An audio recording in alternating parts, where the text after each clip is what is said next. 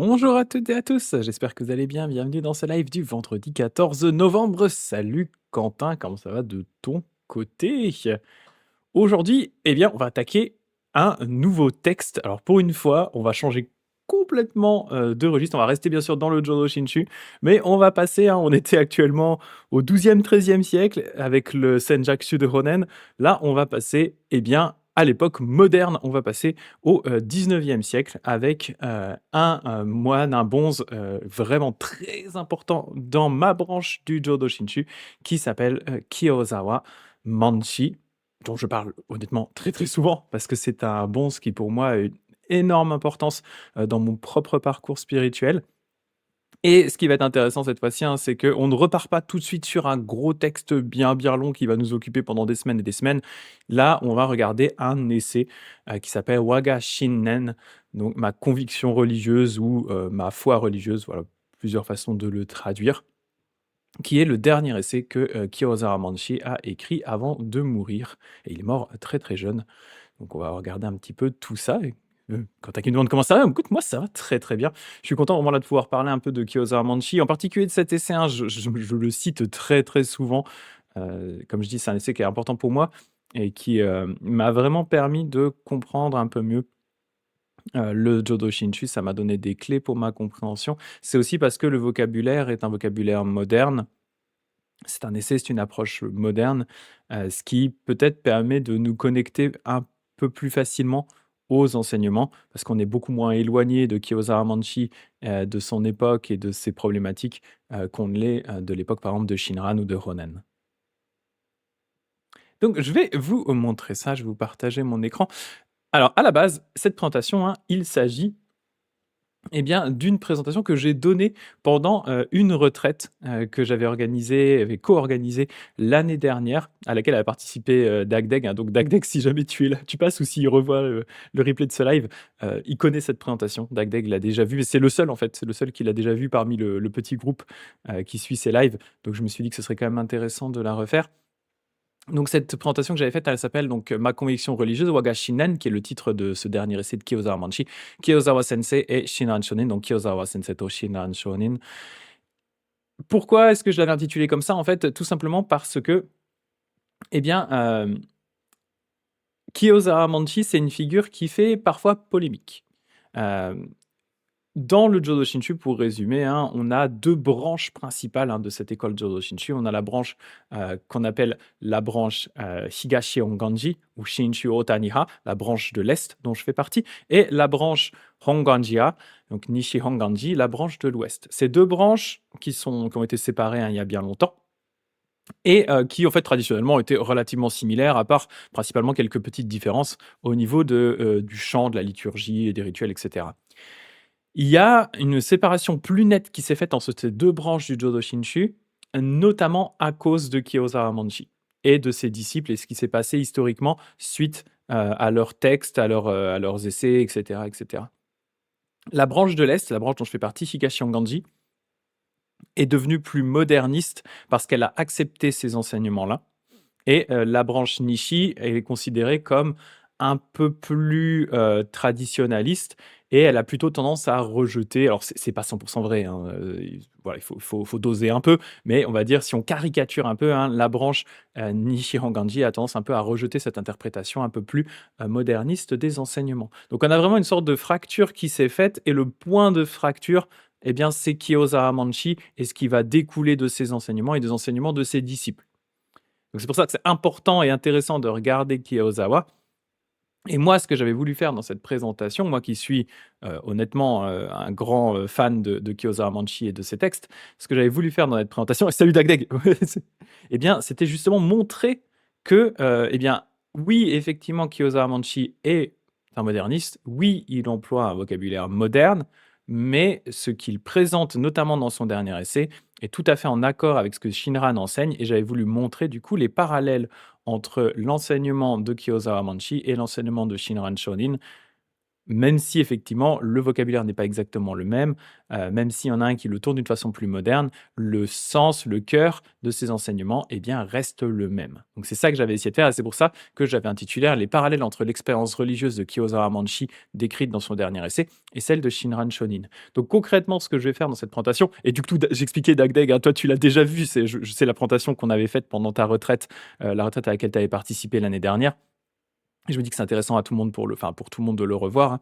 Ce que je voulais faire avec cette présentation-là, en fait, c'est vous lire le texte de Kyoza Amanchi, le redécouper partie par partie et vous montrer les parallèles avec des extraits de Shinran et des textes de Shinran, des enseignements de Shinran, pour bien vous montrer comment est-ce que tout ça s'articule avec, on va dire, la doctrine Jodo Shinshu au sens un petit peu plus large. Donc voilà, en gros, ce que j'avais voulu faire là, ce qui est un exercice un petit peu particulier, mais ce qui va nous permettre bien d'aller un peu plus en profondeur dans ce texte de Kyoza Amanchi et de bien comprendre en quoi c'est un texte Jodo Shinshu, sur quel point il se raccroche à Shinran. Voilà. Et du coup, salut à Amandine qui fait un petit passage éclair également, et salut Inoshishi, salut à toi. Donc pour vous redonner un petit peu de contexte, donc voilà Kyoza Amanchi, hein, je l'ai aussi en photo là-haut au-dessus de mon bout de Sudan. Kyoza Amanchi, il a vécu donc fin 19e, hein, 1863-1901. Comme vous pouvez voir à ces dates, il est mort très très jeune, hein, il est mort, il n'avait même pas 40 ans. Et c'est donc je l'ai dit, un des penseurs les plus importants de la branche Shinshu Otaniha, la branche Shinshu Otani du Jodo Shinshu, la branche dans laquelle moi j'ai été ordonné. Et comme je vous ai dit tout à l'heure, hein, c'est du coup un peu ce point de rupture moderne entre l'approche Shinshu Otaniha, l'approche de ma branche, plutôt moderniste, et la branche Honganjiha qui garde ce côté plus traditionnaliste, avec vraiment c'est Kyoza Amanchi qui cristallise vraiment ce point de divergence entre les deux écoles.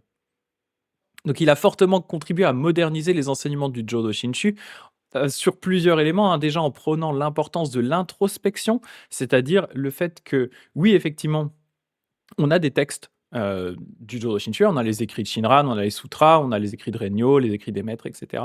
Mais tous ces éléments-là, ils doivent être repassés au prisme de notre introspection. C'est-à-dire que tant qu'on ne les intègre pas personnellement, eh bien, il reste d'une certaine façon que des textes extérieurs à nous. Donc il faut vraiment prendre le temps d'essayer de comprendre en quoi ces enseignements s'appliquent fondamentalement à nous par l'introspection. Et la façon dont il va le faire, notamment, Kyozawa, et ce qui est un peu particulier dans son cas, hein, c'est que, eh bien, il va le faire en les mettant en discussion, en mettant les textes traditionnels en discussion avec des textes de philosophie occidentale qui étaient nouvellement arrivés au Japon. Kyozawa Amanchi notamment parlait anglais. Il a eu accès à plein de textes qui commençaient à arriver, hein. Il fait partie de cette période Meiji, hein, où le Japon est ouvert sur l'Occident. Du coup, il y a toute une vague d'informations, une vague de textes qui arrivent depuis l'Occident jusqu'au Japon. Une forme aussi de modernisme qui est apporté directement au Japon. Le Japon se rend compte qu'il a un retard sur ce point-là, autant au niveau industriel qu'au niveau même de l'organisation de la société, etc. Donc le Japon va très très vite essayer de se moderniser, et cet impact-là va se ressentir également sur la religion, la compréhension de la religion. Les Japonais vont notamment se retrouver confrontés, hein, aux analyses modernes des universitaires occidentaux qui commençaient à analyser vraiment le bouddhisme sous un prisme historique, scientifique, etc., etc. Donc vraiment, pas sous un plan religieux, mais vraiment sous un plan de l'analyse universitaire. Et les conclusions de ces analyses-là vont, eh ben, du coup, impacter également les Japonais, leurs croyances, etc., etc. Donc ça va être une sorte de challenge que vont avoir les religieux à cette époque-là, hein, d'essayer de montrer que, eh bien, le bouddhisme n'est pas incompatible avec la modernisation, avec le nouvel esprit moderne qui arrive au Japon, que le bouddhisme n'est pas qu'une relique du passé qu'il faudrait laisser planquer dans un placard et dont on devrait avoir honte.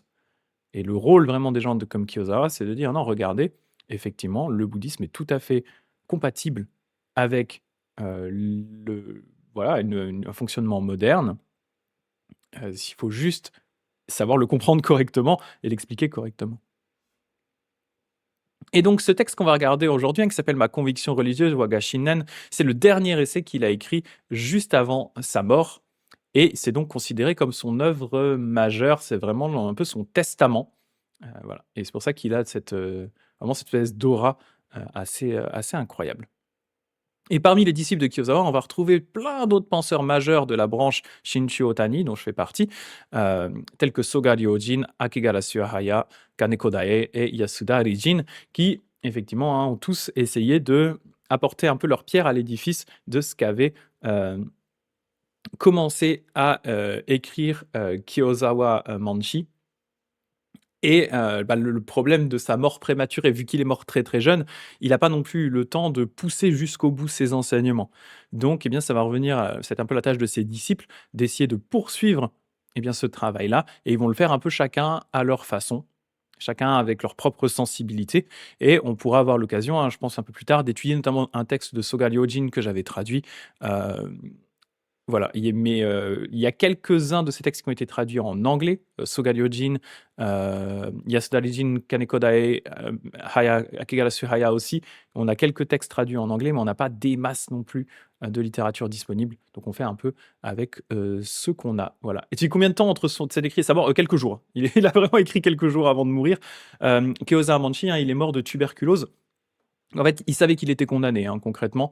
Il était déjà très, très malade. À l'époque, on ne savait pas soigner cette maladie. Donc il savait que, de toute façon, il était fini et voilà, que sa maladie était en train de fortement empirer. Donc, est-ce que ce texte est réellement son pur testament? Je ne sais pas, mais clairement, il savait qu'il était vers la fin de sa vie, de toute façon. Qu'il allait pas continuer à vivre comme ça très, très longtemps, hein. Il crachait du sang, enfin, c'était, globalement terminé, quoi. Donc il le savait très, très bien. Et donc, justement, de par le fait, et on aura l'occasion de discuter, hein, mais de par le fait qu'il se savait condamné, qu'il savait très bien que là, c'était une question de jours ou de semaines avant sa mort, cet essai prend une autre tournure quand on a ces événements-là, ces éléments-là en tête, parce qu'il y a des éléments dont il va parler, hein, qui sont justement relatifs à sa maladie, et pourtant relatifs à la sérénité qu'il a grâce à sa conviction religieuse, donc ça va être important. Ouais, ça, c'est genre 2 semaines avant son décès, c'est ça, c'est vraiment une affaire de quelques jours avant qu'il meure, ouais. Tout à fait, tout à fait. Donc, on va regarder un petit peu ce texte ensemble. Déjà, voici l'introduction. Donc, je vous propose déjà de lire à chaque fois un section par section, et ensuite je vais redécouper un peu ces sections-là pour eh bien, les mettre en discussion avec des éléments de la doctrine Jodo Shinshu, les textes Shinran en particulier. Donc, pour commencer, introduction. Je parle souvent de choses telles que ma conviction religieuse, donc Shinnen, ou le Tathagata, donc Nyorai en japonais, hein. Mais qu'est-ce que j'entends par conviction religieuse et quel est ce Tathagata auquel je crois? Dans cet essai, je vais définir brièvement ce que j'entends par ces deux concepts. Il doit paraître, j'imagine, évident que ma conviction religieuse se réfère à la façon dont je crois au Tathagata. Mais encore me faut-il définir quel sens je donne à ces deux termes, croire et Tathagata. Bien que puissent sembler être deux concepts complètement séparés, pour moi ils sont absolument indivisibles. Si on me demande en quoi consiste ma croyance, je réponds qu'il s'agit de croire au Tathagata. Si on me demande ce qu'est le Tathagata, je réponds qu'il s'agit de la réalité fondamentale en laquelle je crois. Si nous devions les diviser, nous pourrions les appeler respectivement croyance et ce en quoi je crois. En d'autres mots, ma croyance est précisément ma conviction religieuse et ce en quoi je crois est le Tathagata. Si nous voulions avoir recours aux catégories traditionnelles qui étaient utilisées dans le Jodo Shinshu, nous pourrions parler de l'individu qui croit et du dharma auquel on croit. Donc c'est ki et ho en japonais. Mais je préfère m'abstenir d'utiliser ce type de termes techniques qui, je pense, risquent d'obscurcir plutôt que de clarifier ma discussion. Et je souhaite dans cet essai répondre donc à 3 questions. Qu'est-ce que j'entends par je crois? Quelles sont mes raisons pour croire? Et quels sont les bénéfices réels qui découlent de cette croyance? Et dans le cadre de cette discussion, je pense qu'il sera plus simple de commencer par la 3e question, donc quels sont les bénéfices de cette croyance, et de remonter jusqu'à la première. Vous voyez ici déjà, avant qu'on analyse un peu plus ce texte, hein, il y a un élément assez intéressant, c'est que, eh bien, il va commencer à expliquer tout ça, et il va faire un petit rappel aux catégories traditionnelles du Jodo Shinshu, hein, ici l'unité de l'individu qui croit et du dharma auquel on croit, hein, ki, ho, ittai. Mais il dit tout de suite, on pourrait dire ça, mais je vais m'en abstenir parce que j'ai peur que ça embrouille plus tout le monde qu'autre chose. Et ça, c'est un peu une de ces caractéristiques de Kyozawa Manshi, c'est qu'il essaye au maximum de se débarrasser du vocabulaire traditionnel et un petit peu daté qu'il avait hérité de toute la tradition de Jodo Shinshu, pour eh bien, adopter plutôt un vocabulaire plus moderne qui va résonner plus facilement avec ses auditeurs. Donc ça, c'est vraiment une caractéristique, hein, plutôt que de dire voilà, unité du qui et ro, il dit: «Bah, la plupart des gens, ça va pas vraiment leur parler», donc on va plutôt utiliser un vocabulaire plus moderne pour essayer de mieux, heu, voilà, faire résonner ça avec les gens qui vont le lire. Donc si on reprend ça un peu dans le détail, hein, il dit: «Je parle souvent de choses telles que ma conviction religieuse Shinnen ou le Tathagata». Mais qu'est-ce que j'entends par conviction religieuse et quel est ce Tathagata auquel je crois? Dans cet essai, je vais définir brièvement ce que j'entends par ces 2 concepts.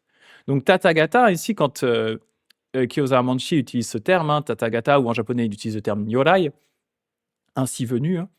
Donc chaque fois qu'il utilise ce terme-là, en fait, il faut comprendre qu'il parle d'Amida. Voilà. Il n'utilise pas le nom Amida pour rester d'une certaine façon un peu plus large dans les termes qu'il utilise. Éviter à nouveau d'utiliser une nomenclature qui est plus traditionnelle. Mais concrètement, à chaque fois qu'il va évoquer le terme Tathagata, vous devez comprendre qu'il parle en réalité du Bouddha Amida, hein, puisque Kiyosama Manshi est un moine Jodo Shinshu, hein, c'est un bon Jodo Shinshu. Très clairement, le Nyorai Tathagata dont il est question, c'est très clairement Amida. Avec sa conviction religieuse, ces 2 termes vont donc constituer le cœur de cet essai. Et donc ce que je vous ai dit au début, hein, c'est que malgré les critiques que Kiyosama a pu recevoir concernant son potentiel éloignement vis-à-vis de Shinran, hein, le côté très moderniste qu'il peut avoir, et donc le but de cette présentation, c'est de vous montrer qu'en fait, tout au long de cet essai, Kiyosama s'appuie bien sur Shinran et qu'on peut très facilement, si on en a envie, faire des parallèles entre les éléments de cet essai de Kiyosama et les éléments traditionnels doctrinaux du Jodo Shinshu, mais c'est juste que c'est reformulé d'une façon un peu plus moderne. Voilà. Et donc ainsi, je souhaite vous montrer que les écrits de Shinran sont le socle sur lequel repose la conviction religieuse de Kiyosama et que sa croyance est la croyance en Amida telle que comprise par Shinran. Si on continue un peu le texte, hein, il doit paraître évident, j'imagine, que ma conviction religieuse se réfère à la façon dont je crois au Tathagata, mais encore faut-il définir quel sens je donne à ces 2 termes, croire et le Tathagata. Bien que puissant sembler être 2 concepts complètement séparés, pour moi ils sont absolument indivisibles. Si on me demande en quoi consiste ma croyance, je réponds qu'il s'agit de croire au Tathagata. Si on me demande ce qu'est le Tathagata, je réponds qu'il s'agit de la réalité fondamentale en laquelle je crois. Si nous devions les diviser, nous pourrions les appeler respectivement croyance et ce en quoi je crois. En d'autres mots, ma croyance est précisément ma conviction religieuse et ce en quoi je crois, c'est le Tathagata. Donc ce qui est important ici, hein, ce que Kiyosama essaie de nous montrer, c'est qu'en réalité, le concept de croire et le concept de Tathagata ou concept de Nyorai, le concept d'Amida, peuvent apparaître comme étant 2 choses séparées, mais en réalité, elles sont indivisibles. Il le dit, hein, elles sont absolument indivisibles. Le Tathagata ou Amida, c'est ce en quoi il croit, et ce en quoi il croit, c'est le Tathagata. Il ne peut pas croire en autre chose. Il dit, hein, Amida, le Tathagata, c'est la réalité fondamentale en laquelle je crois. C'est vraiment la base et le fondement de sa croyance, mais du coup, les 2 sont indivisibles les uns des autres. Et pour Shinran, hein, justement, la croyance en Amida, elle ne peut pas être séparée d'Amida lui-même. En effet, comme il l'explique dans le recueil de réflexions sur la terre pure, hein, qu'on avait fait ensemble en live, la foi pure, c'est une pensée de foi profonde et étendue qui nous vient de la volonté d'Amida de sauver les êtres. Il y a cette idée très importante pour Shinran, hein, que la foi dans le Bouddha, elle nous est donnée directement par le Bouddha. Ce n'est pas une foi que nous générons avec nos petits cerveaux de gugus normaux, parce qu'on ne serait pas capable d'arriver à générer une foi suffisamment profonde dans le Bouddha. C'est donc le Bouddha directement qui nous donne cette foi en lui-même. Et donc, par extension, elle est indissociable du Bouddha, puisque c'est le Bouddha qui se donne à nous. Et dans le Kyoyo-Shinsho, pour appuyer ce point, Shinran se réfère au passage de la réalisation du 18e vœu, qui dit que tous les êtres vivants, qui par l'audition de son nom produisent ne serait-ce qu'une seule pensée de foi, qui leur est transférée par le cœur sincère, souhaitent renaître en son pays, obtiennent aussitôt d'y aller renaître et demeurent dans l'état irréversible. Donc ce point-là est important pour Shinran, hein, c'est cette idée que la foi et le nom du Bouddha, elle est transférée directement par le cœur du Bouddha, elle est transférée par le cœur sincère du Bouddha.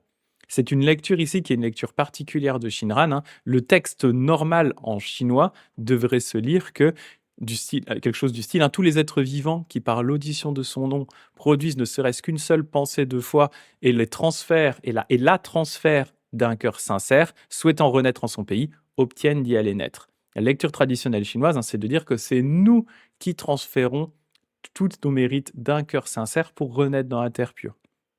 Mais Shinran, en utilisant, eh bien, les, subtilités du passage de la langue chinoise à la langue japonaise, le lie au passif en disant que à la forme passive, hein, en disant que c'est Amida qui nous transfère. Ce cœur, il est transféré par Amida et ça devient vraiment on va dire le socle, le point le plus important de la pensée de Shinran, cette idée de dire que il n'y a rien en tant que petits gugus normaux qu'on ne soit capable de faire pour se libérer par nous-mêmes, que tout vient directement d'Amida. Autant notre prononciation du Nembutsu, de son nom, autant la foi dans le Bouddha, tout ça vient directement du Bouddha Amida.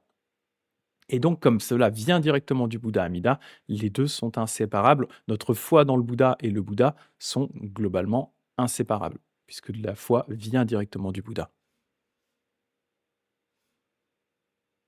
Il s'agit, hein, je disais, d'un point crucial de l'enseignement de Shinran. Notre foi ne vient pas de nous, mais elle nous est transférée par le cœur d'Amida. Elle est donc inséparable. Notre foi et Amida ne peuvent pas être séparés. Kiyosawa continue en disant: si nous voulions avoir recours aux catégories traditionnelles, hein, comme je disais, hein, les catégories traditionnelles du Jodo Shinshu, nous pourrions parler de l'individu qui croit, donc qui, et du dharma auquel on croit, ho, mais je préfère m'abstenir d'utiliser ce type de terme technique qui, je pense, risque d'obscurcir plutôt que de clarifier ma discussion. Cette unité entre l'individu qui croit, donc ça s'appelle Ki, et le dharma auquel on croit, Ho, représenté par Amida, c'est assez bien résumé par Shinran dans ses notes sur l'essentiel de la foi seule. Il nous dit: lorsque nous nous en remettons au vœu fondamental du Tathagata, nous qui sommes comme des morceaux de tuiles et des cailloux, nous sommes transformés en or. Les colporteurs et les chasseurs, qui sont comme des pierres, des tuiles et des cailloux, sont saisis et jamais abandonnés par la lumière du Tathagata. Sachez que cela se produit uniquement grâce au Shinjin véritable, la foi, hein, qui est elle-même donnée par le Bouddha. Nous parlons de la lumière qui saisit, car nous sommes pris dans le cœur du Bouddha de lumière sans entrave. Ainsi, le Shinjin est dissemblable à un diamant. Donc pour Shinran, à partir de l'expérience de Shinjin, nous sommes embrassés par Amida, nous ne serons plus jamais abandonnés, et c'est en ça que se trouve notre unité avec le Bouddha. Cette unité, hein, c'est le fait que Amida nous donne lui-même sa foi, il nous donne son cœur, et il nous entoure de sa lumière, peu importe qui on est, et à partir du moment où on est saisi par cette lumière, eh bien, on ne sera plus jamais lâché, et donc on est en permanence attaché à Amida, ou plutôt Amida est en permanence attaché à nous d'une certaine façon. Et vous voyez ici, hein, le point qui est intéressant dans le passage de Shinran, c'est que il dit en fait, grâce à la puissance du Bouddha, même entre guillemets les pires personnes, hein, les personnes qui étaient considérées comme des personnes de la plus basse classe sociale au Japon, hein, notamment les chasseurs par exemple. Là, il ne le dit pas ici, mais on pourrait aussi penser à toutes les personnes qui s'occupaient de gérer des cadavres ou s'occupaient du traitement du cuir, etc.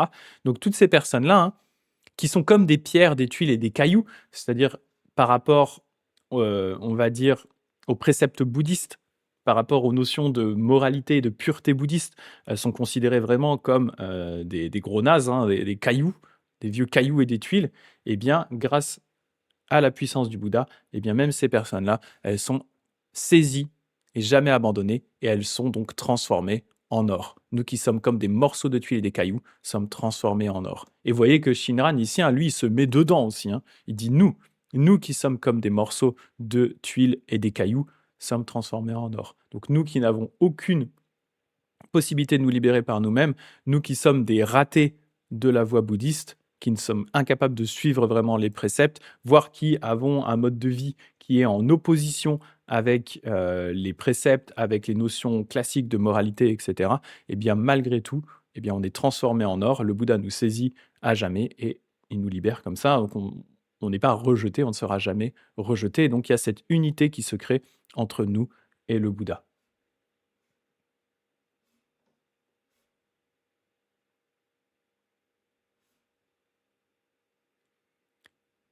Ensuite, il va aborder le point concernant les bénéfices réels qui découlent de cette croyance. Premièrement, concernant les bénéfices que m'apporte ma croyance.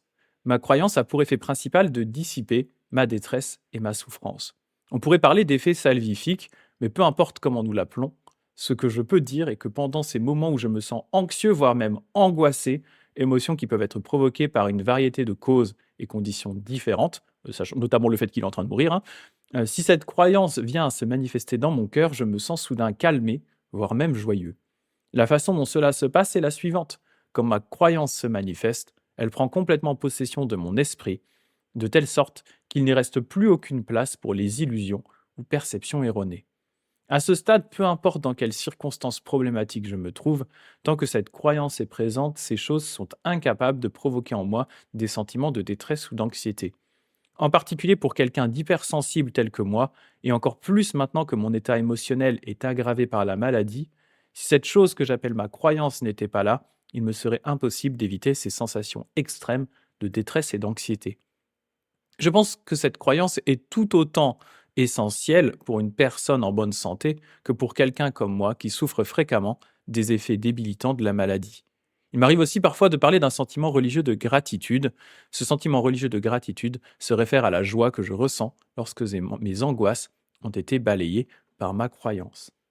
Ce passage, il est vraiment intéressant, hein, parce que vous voyez à quel point Kiyosawa ici, il décrit dans des termes simples les effets de sa foi dans le Bouddha. Qu'est-ce que concrètement ça produit comme effet sur lui? Et d'autant plus dans un cas extrême, les cas extrêmes dans lequel lui-même il est, de par sa maladie, de par le fait qu'il dit, hein, qu'il est naturellement hypersensible et encore plus maintenant qu'il est vraiment dans un état de maladie extrême. Eh bien, grâce à cette croyance, quand cette croyance se manifeste en lui, eh bien, il y a tout un tas d'effets positifs qui se manifestent et qui lui permettent de gérer sa vie bien mieux, de vivre bien mieux. Donc, vous voyez aussi cette idée que, contrairement à ce que des fois on associe dans le Jodo Shinshu, hein, cette idée de dire le Jodo Shinshu, en gros, c'est dans cette vie, vous avez l'expérience de Shinjin, vous avez cette expérience de la foi dans le Bouddha qui se manifeste en vous. Vous atteignez l'état dans lequel vous ne pouvez plus reculer sur la voie pour devenir un Bouddha, où il ne se passe pas grand-chose de plus. Et quand vous mourrez, vous devenez un Bouddha.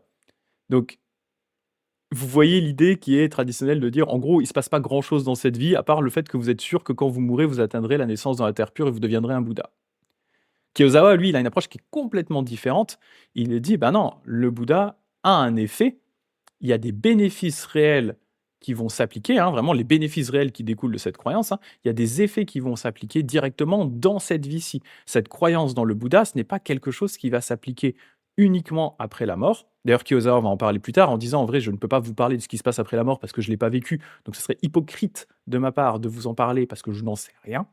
Par contre, ce que moi je peux vous dire, c'est quels sont les bénéfices réels que je ressens dans cette vie suite à cette croyance. Et parmi ces bénéfices, hein, il le dit ici, hein, notamment, il y a la réduction de son anxiété, il y a de la joie, malgré du coup les situations extrêmement difficiles dans lesquelles il se trouve. Il faut aussi rappeler, hein, je ne l'ai pas dit au début, mais que Kiyosawa Manshi, quand il écrit ce texte, il a perdu sa femme qui est déjà morte, il a perdu certains de ses fils, peut-être tous, je ne sais plus, mais en tout cas il a aussi perdu des fils.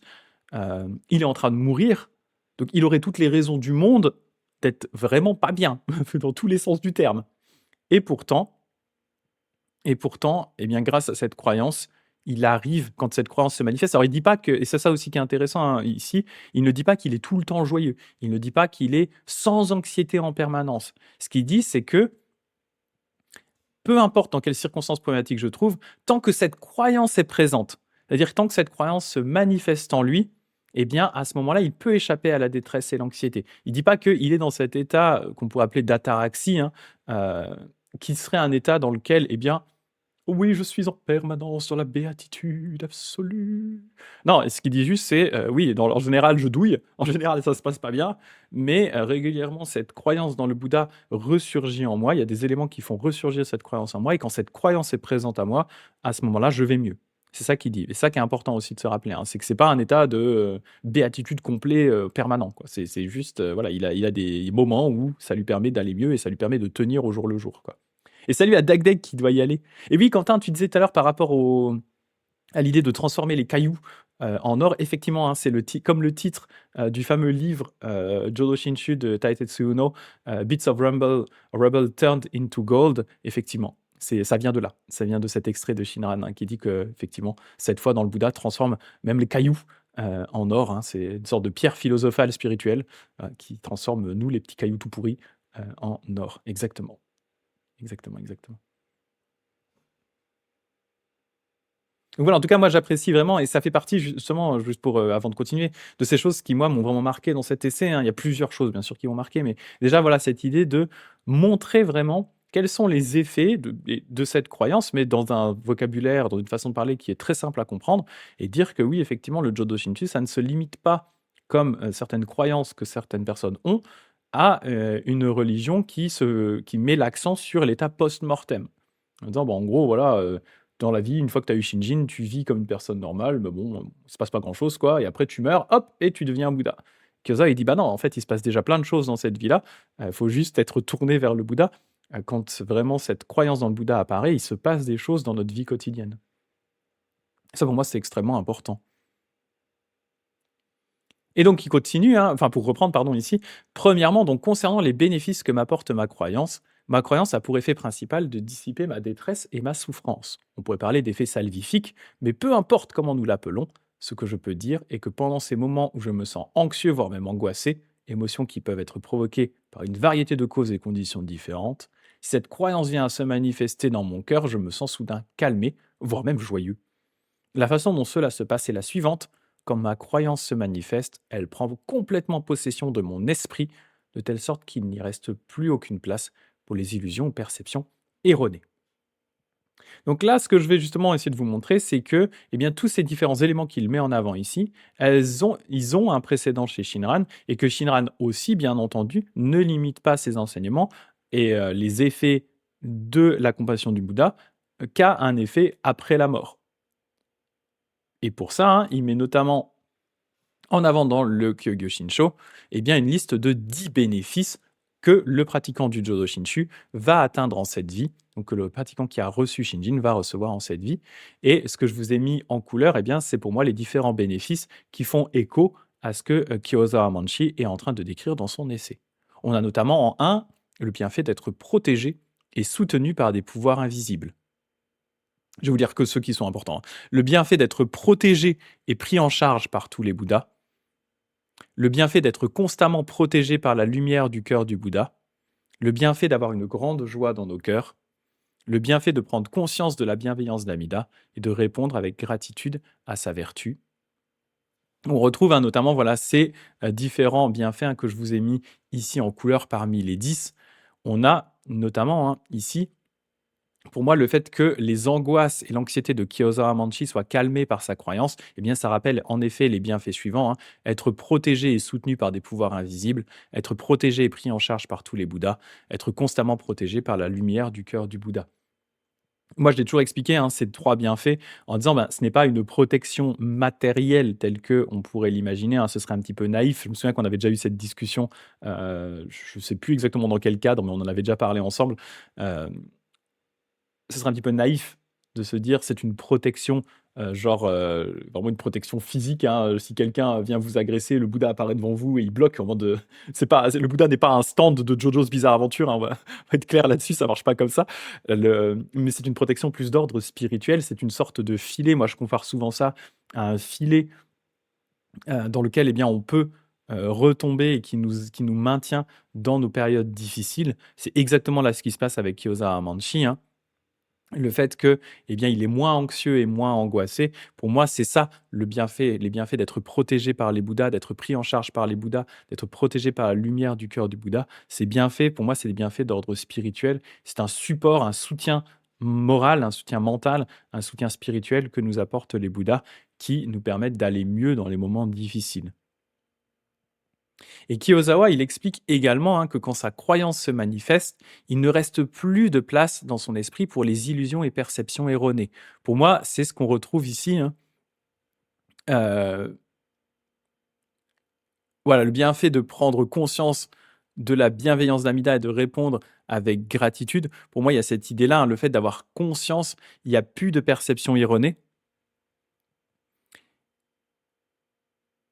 Pour moi, c'est un élément aussi qui est assez important, cette idée de dire que le Bouddha, dans ces cas-là, en fait, il va prendre entièrement possession de son esprit. C'est-à-dire que c'est une expérience qui est tellement profonde et tellement puissante que, elle balaye tout le reste.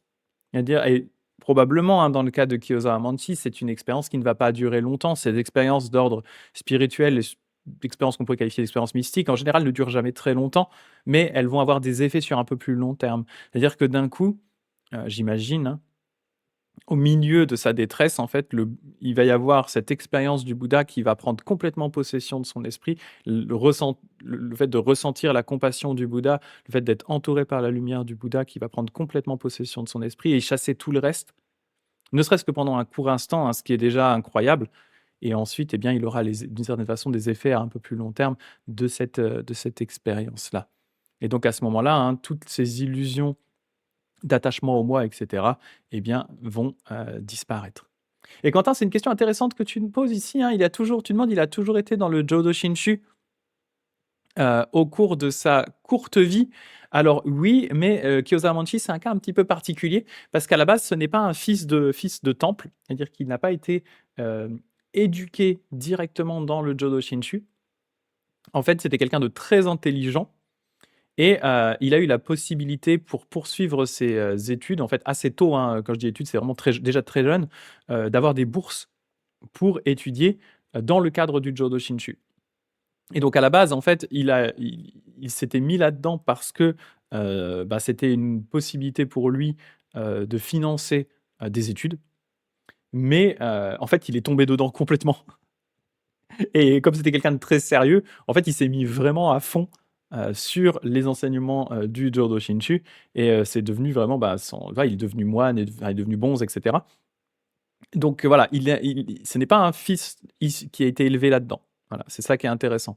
C'est que du coup, c'est une sorte de converti, hein, c'est un converti au Jodo Shinshu. Et il l'a fait au départ pour des besoins plutôt matériels, hein, en disant, au moins, ça va me payer mes études. Je vais dans un cursus scolaire Jodo Shinshu, ça va me payer mes études. Mais en réalité, en fait, c'est devenu le but de sa vie, quoi. Il a dédié toute sa vie à ça derrière, en fait. Donc ça a été vraiment un coup de cœur et un choix, quoi, derrière.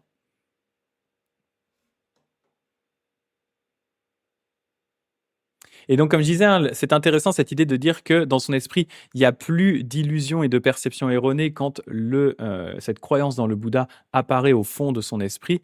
Et ce que Shinran explique également, hein, il dit les personnes qui ont atteint le Shinjin vrai et réel sont prises en charge et protégées par ce vœu qui saisit sans jamais abandonner. Ainsi, elles réalisent l'esprit semblable au diamant, cet esprit de foi, hein, que donne le Bouddha est comparé à un diamant, sans aucun calcul de leur part, et demeurent dans le stade des fixés dans le vrai. C'est pourquoi en elles, la pleine conscience constante du vœu fondamental s'élève naturellement. C'est-à-dire que naturellement, eh bien, on va avoir cet esprit du Bouddha, cette conscience du Bouddha qui va se manifester en nous naturellement. Alors, Shinran, ici, quand tu utilises constante, hein, ça ne veut pas dire que on est tout le temps à nouveau en train de penser au Bouddha, mais c'est juste qu'au fond de nous, on a toujours cette croyance qui est présente et qu'elle va s'élever, il le dit, hein, elle s'élève naturellement par Jinen. Un Jinen, c'est le naturel chez Shinran. Donc, naturellement, en fonction des causes et des conditions, eh bien, cette foi qui est maintenant ancrée en nous, hein, ce cœur de diamant du Bouddha qui est ancré en nous, eh bien, va porter ses fruits en fonction des circonstances. Et à ce moment-là, eh bien, à nouveau, hein, cette croyance dans le Tathagata va remonter du niveau inconscient au niveau conscient et nous aider à aller mieux.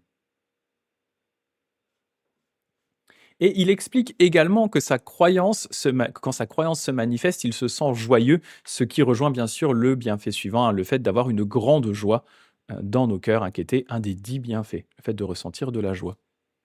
La joie, c'est une caractéristique importante de Shinjin, donc de cette foi, hein, comme explique Shinran, qui va citer Nagarjuna. Il le dit ici, hein, les bodhisattvas dans ce premier stade de la joie sont appelés ceux qui se réjouissent grandement. Comme l'acquisition de nombreuses vertus se produit ici, la joie est considérée comme le nom de ce stade. C'est-à-dire le premier stade, hein, de la carrière des bodhisattvas, le moment où on devient vraiment un bodhisattva qui ne recule plus, c'est cette étape de la joie. À ce stade, il devrait se réjouir du dharma, mais qu'est-ce qui apporte la joie? En fait, la réponse est pourquoi est-ce qu'un bodhisattva devient joyeux? Eh bien, il est joyeux parce que le fait de penser constamment au Bouddha et aux grandes facultés des Bouddhas est la pratique rare de ceux qui sont définitivement établis. C'est pourquoi on se réjouit grandement.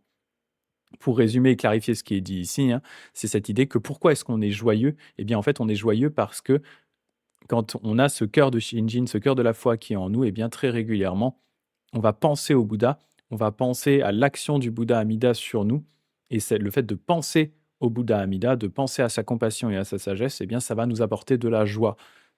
Voilà, tout simplement. C'est une joie qui naît de la pensée des Bouddhas.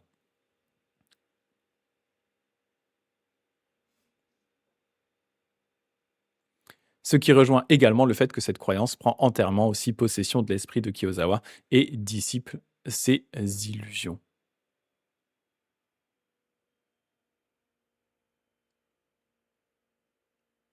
Et donc, il continue, hein, à ce stade, peu importe dans quelles circonstances problématiques je me trouve, tant que cette croyance est présente, ces choses sont incapables de provoquer en moi des sensations de détresse ou d'anxiété. En particulier pour quelqu'un d'hypersensible tel que moi, et encore plus maintenant que mon état émotionnel est aggravé par la maladie, si cette chose que j'appelle ma croyance n'était pas là, il me serait impossible d'éviter ces sensations extrêmes de détresse et d'anxiété. Je pense cependant que cette croyance est tout autant essentielle pour une personne en bonne santé que pour quelqu'un comme moi qui souffre fréquemment des effets débilitants de la maladie. Il m'arrive aussi parfois de parler d'un sentiment religieux de gratitude. Ce sentiment religieux de gratitude se réfère à la joie que je ressens lorsque mes angoisses ont été balayées par ma croyance. Comme je disais, hein, pour bien comprendre ce point, il faut se rappeler que cet essai a été écrit par Kiyosawa juste avant qu'il meure des suites de la tuberculose. Donc clairement, c'est pas une maladie anodine. Il savait très bien qu'il allait mourir assez rapidement de cette maladie-là. Et malgré son hypersensibilité et sa maladie, il est capable de ressentir de la joie et de limiter son anxiété quand la croyance en Amida prend possession de son esprit. Et dans le second paragraphe, Kiyosawa apporte un point très important pour Shinran, qui est la notion de gratitude. Cela rejoint le bienfait suivant, le bienfait de prendre conscience de la bienveillance d'Amida et de répondre avec gratitude à sa vertu, hein, qui était du coup un des 10 bienfaits qu'on obtient en cette vie-ci. Shinran cite en Shandao dans le Kyōgyoshinsho et il a expliqué par exemple: il est dit que dès cet instant, jusqu'à l'atteinte de la bouddhéité, pendant d'immenses kalpas, nous louerons le Bouddha en gratitude pour sa compassion et sa bienveillance. Si nous n'avions pas reçu le pouvoir du vœu universel d'Amida, quand, en quel kappa, en quelle période cosmique pourrions-nous nous séparer de ce monde Saha? Donc le sentiment de gratitude, ça va devenir vraiment quelque chose d'extrêmement important dans le Jodo Shinshu. En général, hein, on explique dans le Jodo Shinshu que, eh bien, le Nembutsu, la récitation du nom du Bouddha Amida, Namo Amida Butsu, ce qu'on va réciter, n'est pas là pour eh bien, gagner des mérites, mais on le récite en gratitude, en signe de gratitude envers le Bouddha, hein. C'est une façon de dire merci au Bouddha Amida. On récite son nom Namo Amida Butsu. Donc c'est un Nembutsu de gratitude. Et donc là, dans le cas ici, hein, Kiyosawa, c'est ce qu'il explique. Il dit bah, justement, il parle parfois des effets de sa croyance comme étant eh bien, un sentiment religieux de gratitude parce que, eh bien, il ressent de la joie dès qu'il pense au Bouddha. Il ressent un apaisement par rapport à sa maladie, à l'anxiété que provoque sa maladie grâce au Bouddha Amida. Et donc, naturellement, il a envie de le remercier. Il ressent donc cette fameuse gratitude qui est si importante dans le Jodo Shinshu.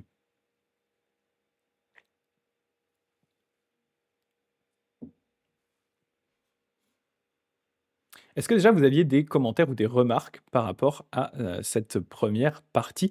Qu'est-ce que vous en pensez un petit peu? Je serais curieux d'avoir votre avis, par rapport à ça. Est-ce qu'il y a des choses qui vous parlent un peu par rapport à à ces thèmes-là qu'on est en train d'aborder? Ça pourrait être assez intéressant d'avoir votre avis.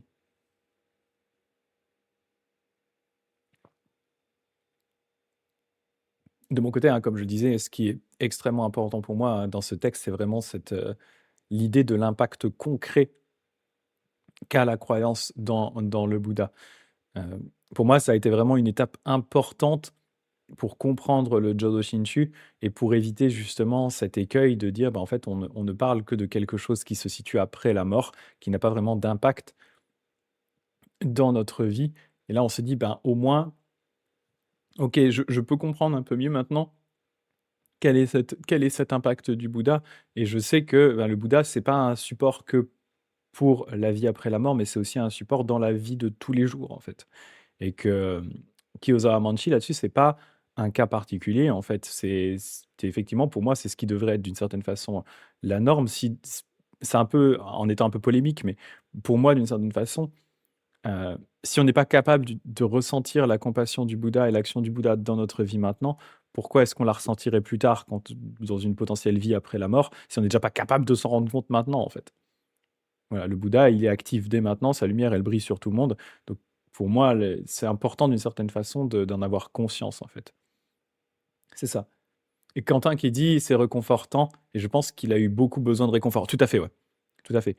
Et c'est des fois dans ces situations un peu extrêmes justement que, hem, cette foi dans le Bouddha, heu, émerge de la façon la plus nette. C'est vraiment des fois quand on est dans ces situations, voilà, de difficulté où on a personne vers qui se tourner et hem et c'est là qu'on se rend compte que, bien, malgré la solitude, hein, malgré le fait qu'on soit seul, eh bien, on a ce filet, comme je disais, hein, ce filet de la foi dans le Bouddha, ce filet du Bouddha qui est là et qui nous soutient, même dans les situations les plus difficiles. Et vraiment, comme je dis, hein, c'est difficile d'être dans une situation aussi extrême que celle de Kiyosa Amanchi, où, comme je vous le disais, hein, il avait perdu déjà quasiment tous les membres de sa famille à ce moment-là. Il était en phase terminale de la tuberculose. Euh, il avait que 40 ans, même pas 40 ans. C'est c'est gratiné là, ça commence à être gratiné en termes de conditions merdiques. Voilà,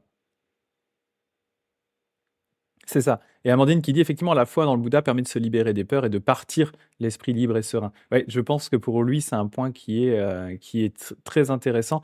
Et d'ailleurs, ce que tu dis, Amandine, est vrai, hein. Il y a une anecdote là-dessus où, eh bien, au moment où il était vraiment en train de mourir, il y a un de ses disciples qui lui a demandé: «Est-ce que vous avez quelque chose à rajouter, quelque chose à dire?» Et en fait, il a juste dit: «Bah, rien. J'ai rien de particulier à j'ai rien à confesser, j'ai rien à rajouter». Heu, En fait, il avait juste à se pour moi, il dit: «Bah, je suis avec le Bouddha, j'ai pas grand-chose d'autre à dire et à faire», en fait. C'est ça. Ouais, c'est ça. Mais là-dessus, tu as raison, Amandine, et c'est un point qu'il faut aussi doser par rapport à ce que j'étais en train de dire.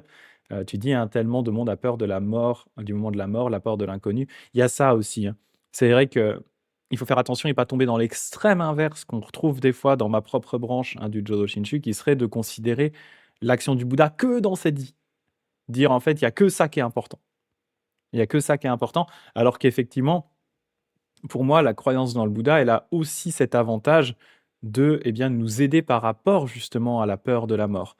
Donc, il faut faire attention pour moi, c'est une balance entre ces deux extrêmes. L'extrême que, en caricaturant, hein, à nouveau, je caricature, c'est pas vrai dans tous les cas, mais en caricaturant un peu, hein, on aurait tendance à dire, ben, il y a ces deux branches du Jodo Shinshu.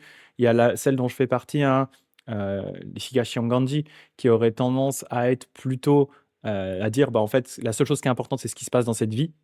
Est-ce qu'on pourrait d'ailleurs tirer, hein, de ce texte de Kiyosa Amanchi, vous verrez le passage un peu plus loin, on verra sûrement la semaine prochaine ou après, où il dit: «Bah, en fait, je peux pas vraiment vous parler du moment de la mort parce que je l'ai pas vécu moi-même». Mais, pour moi, ça ne veut pas forcément dire qu'il rejetait l'importance du Bouddha par rapport à ça. Mais c'est juste que, ben, en tant que, auteur, il ne voulait pas commencer à parler de choses qu'il n'avait pas expérimentées, parce que pour lui, l'expérimentation était importante. Mais voilà, des fois, on a tendance, dans ma branche, à mettre un peu ce côté extrême en disant: «Bah, il y a que ça qui est important». Heu, voilà, il y a que le moment présent, la vie actuelle qui est importante. On va complètement négliger et éviter de parler de ce qui se passe au moment de la mort. Et à l'inverse, on aurait cette branche, Nichiren Ganji, hein, Nganji-ha, qui aurait, à nouveau en caricaturant, hein, plutôt tendance à ne mettre que l'accent sur la naissance dans la terre pure après la mort. Bah, dans cette vie-ci, il se passe pas vraiment grand-chose, hein, on vit juste comme un gugus normal, on essaye de respecter les lois.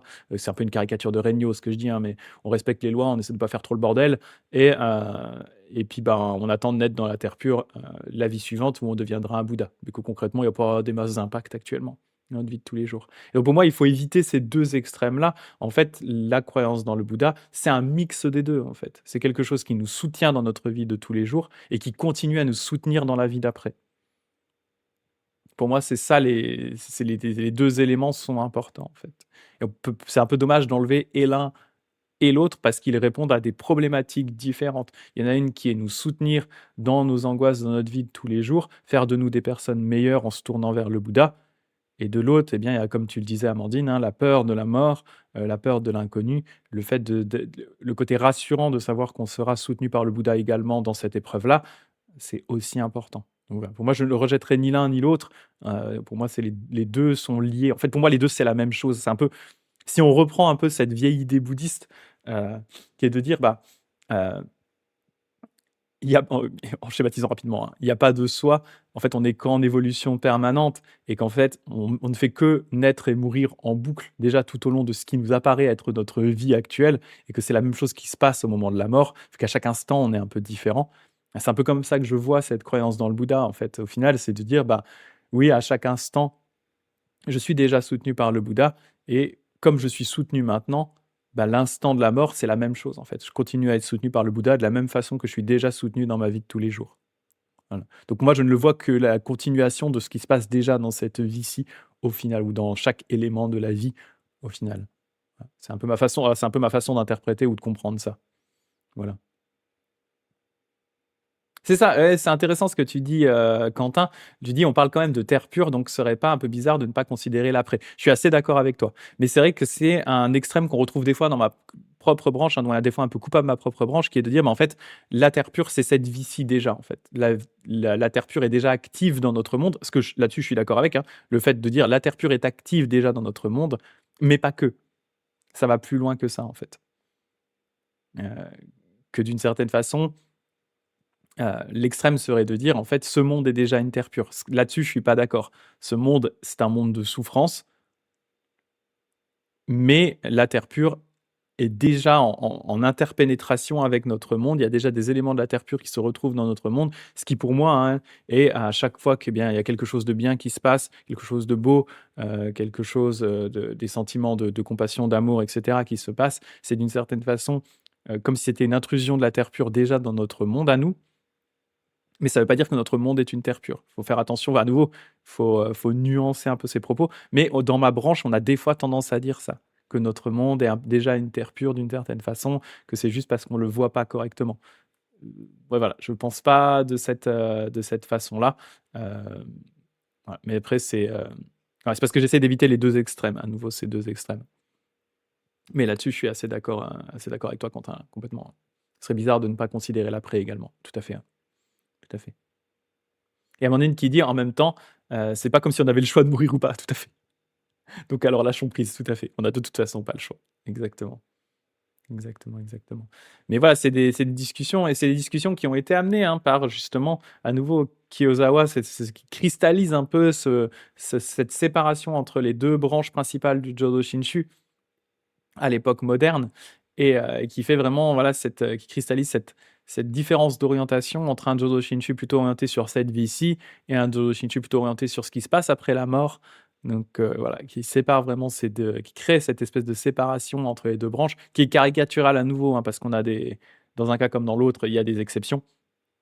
Mais pour moi, voilà, il faut en réalité négliger ni l'un ni l'autre. C'est 2 aspects importants. La mort fait aussi partie de la vie, hein. La mort est aussi un aspect important de la vie. Donc on ne peut pas négliger, la mort et le soutien qu'on a par rapport besoin, en tout cas le besoin de soutien qu'on a par rapport à cette expérience-là. Ce serait dommage de négliger ça aussi, quoi. Donc voilà en gros, par rapport à ça, moi ce que je pensais. Mais c'est intéressant aussi d'avoir effectivement votre avis, sur ce point-là. Merci de l'avoir partagé en effet.